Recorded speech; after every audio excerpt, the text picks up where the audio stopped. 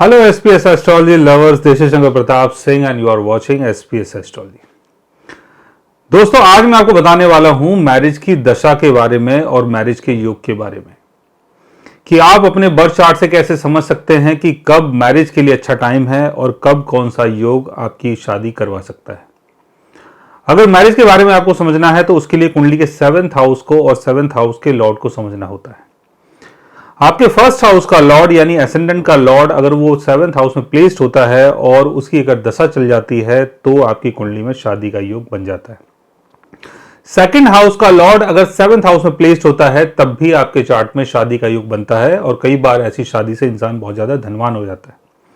Third house का Lord अगर 7th house में प्लेस्ड होता है और उसकी दशा चलती है तो शादी के लिए आप एफर्ट्स लगाते हैं और अगर 7th हाउस का लॉर्ड इसको सपोर्ट कर देता है तो शादी आपकी अच्छी खासी हो सकती है। फोर्थ हाउस का लॉर्ड अगर 7th हाउस में प्लेस्ड होता है तो शादी के बाद आप सुखी होते हैं और ऐसी दशा में जब 4th हाउस के लॉर्ड की दशा चले, 7th हाउस में उसकी प्लेसमेंट हो और शादी हो जाए तो आप बहुत ज्यादा सुखी हो जाते हैं, यानी शादी आपके लिए बहुत अच्छी होती है। 5th हाउस का लॉर्ड अगर 7th हाउस में प्लेस्ड होता है तो लव मैरिज के चांस होते हैं, यानी इस पीरियड में आपकी लव मैरिज हो सकती है। 6th हाउस के लॉर्ड की प्लेसमेंट अगर 7th हाउस में है और 6th हाउस के लॉर्ड की अगर दशा चल रही है तो कोर्ट मैरिज के चांस बनते हैं। 7th हाउस का लॉर्ड अगर 7th हाउस में प्लेस्ड है और उसकी दशा चल जाती है तब भी शादी के योग आपके बर्थ चार्ट में बन जाते हैं।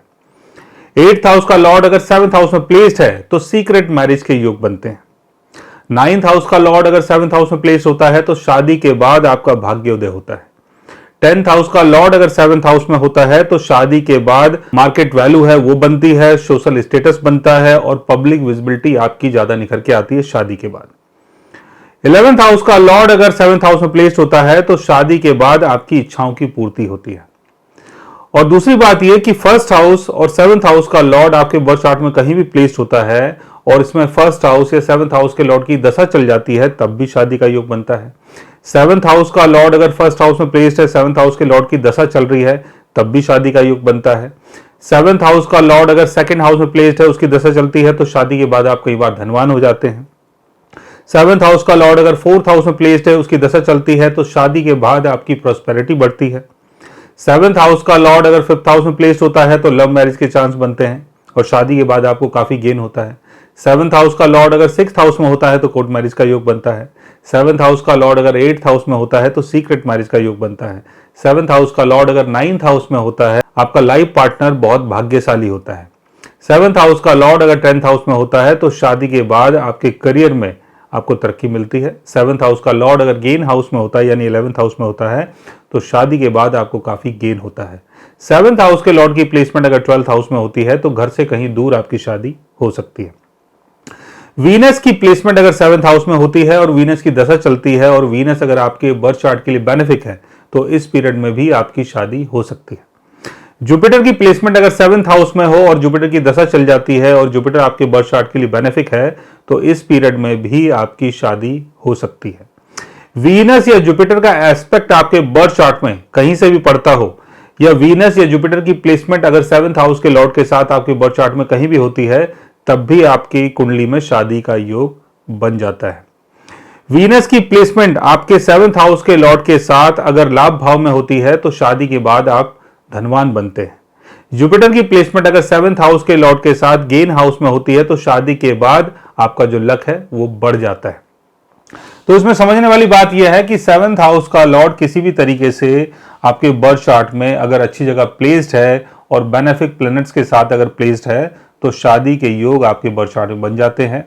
और दूसरी चीज यह है कि गोचर से भी आपको इसको समझना चाहिए कि 7th हाउस का लॉर्ड अगर 7th हाउस में प्लेस्ड है गोचर के हिसाब से या 7th हाउस के ऊपर 7th हाउस के लॉर्ड की दृष्टि पड़ रही है तो शादी का योग आपके बर्थ चार्ट में बन जाता है।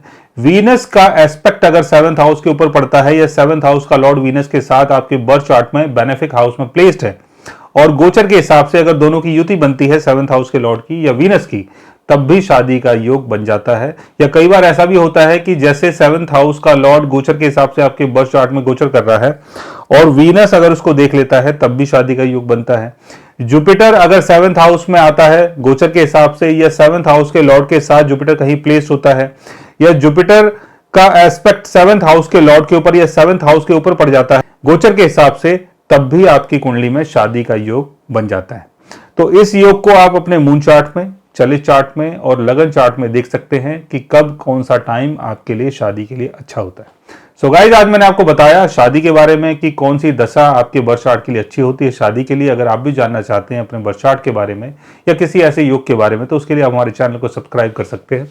और अगर आप हमसे बात करना चाहें, कंसल्ट करना चाहें, पर्सनली हमसे मिलना चाहें, तो आप हमारी वेबसाइट के थ्रू, हमारे ऐप के थ्रू हमसे मिल भी सकते हैं, बात भी कर सकते हैं और गाइस आप हमसे कंसल्ट भी कर सकते हैं। So guys, take care, love you all and good bye.